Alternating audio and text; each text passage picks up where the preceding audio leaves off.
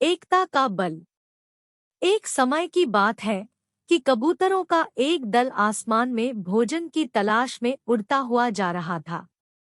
गलती से वह दल भटककर ऐसे प्रदेश के ऊपर से गुजरा जहां भयंकर अकाल पड़ा था। कबूतरों का सरदार चिंतित था। कबूतरों के शरीर की शक्ति समाप्त होती जा रही थी। शीघ्र ही कुछ दाना मिलना जरूरी था। दल का युवा कबूतर सबसे नीचे उड़ रहा था। भोजन नजर आने पर उसे ही बाकी दल को सूचित करना था। बहुत समय उड़ने के बाद कहीं वह सूखाग्रस्त क्षेत्र से बाहर आया।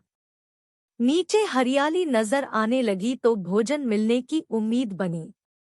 युवा कबूतर और नीचे उड़ान भरने लगा। तभी उसे नीचे खेत में बहुत सारा अन्न बिखरा नजर आया। चाचा, नीचे एक खेत में बहुत सारा दाना बिखरा पड़ा है। हम सबका पेट भर जाएगा।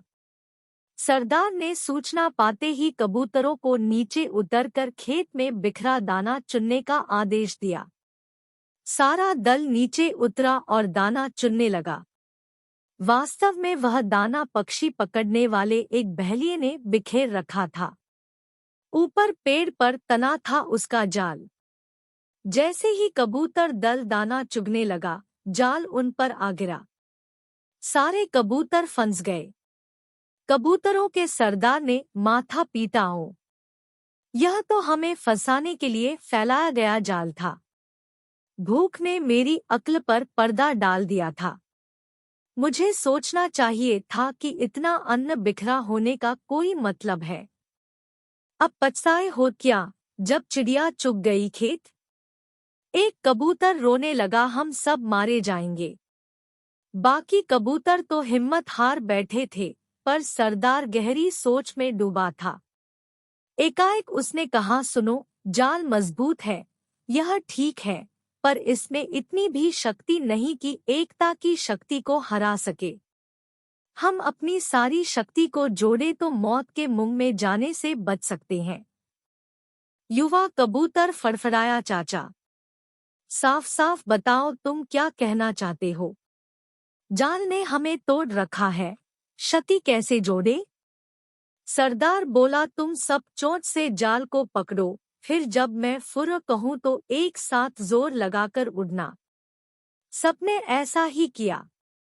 तभी जाल बिछाने वाला बहेलिया आता नजर आया।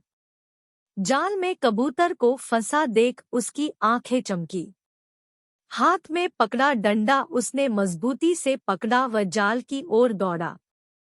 बहेलिया जाल से कुछ ही दूर था कि कबूतरों का सरदार बोला, फुर्रर्र।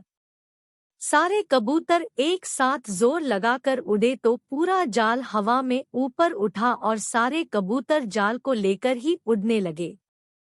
कबूतरों को जाल सहित उड़ते देखकर बहेलिया अवाक रह गया। कुछ संभला तो जाल के पीछे दौड़ने लगा। कबूतर सरदार ने बहेलिये को नीचे जाल के पीछे दौड़ते पाया तो उसका इरादा समझ गया। सरदार भी जानता था कि अधिक देर तक कबूतर दल के लिए जाल सहित उड़ते रहना संभव न होगा, पर सरदार के पास इसका उपाय था। निकट ही एक पहाड़ी पर बिल बनाकर उसका एक चूहा मित्र रहता था।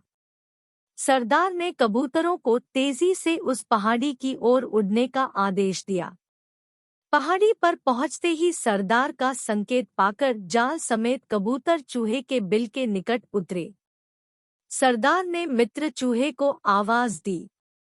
सरदार ने संक्षेप में चूहे को सारी घटना बताई और जाल काटकर उन्हें आजाद करने के लिए कहा। कुछ ही देर में चूहे ने वह जाल काट दिया। सरदार ने अपने मित्र चूहे को धन्यवाद दिया और सारा कबूतर दल आकाश की ओर आजादी की उड़ान भरने लगा।